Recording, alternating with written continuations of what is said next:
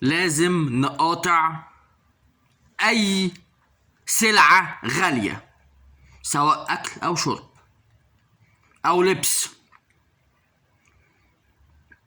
الحاجة اللي مفيش طلب عليها هترخص، والعكس صحيح. الحاجة اللي مفيش طلب عليها هترخص، الحاجة اللي مفيش طلب عليها هترخص، هيبقى سعرها اقل من سعر السوق. الحاجة اللي مفيش طلب عليها هترخص.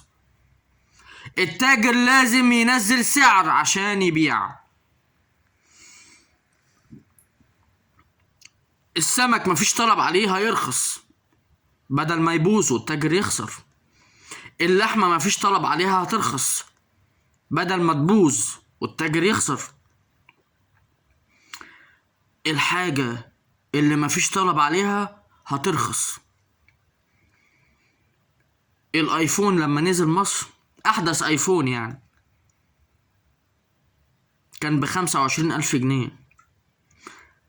الطوابير اللي قصاد المحلات والطلبات على اونلاين خلت تمنه يعدي 100,000 جنيه من زيادة الطلب عليه. غلي.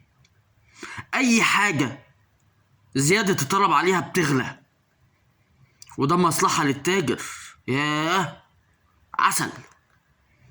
من فضلكوا اضراب، من فضلكوا اضراب، ارجوكوا اضراب، عشان التجار تخسر. ارجوكوا عشان يتعلموا الادب، عشان ينزلوا الاسعار، عشان الغلابة تلاقي تاكل.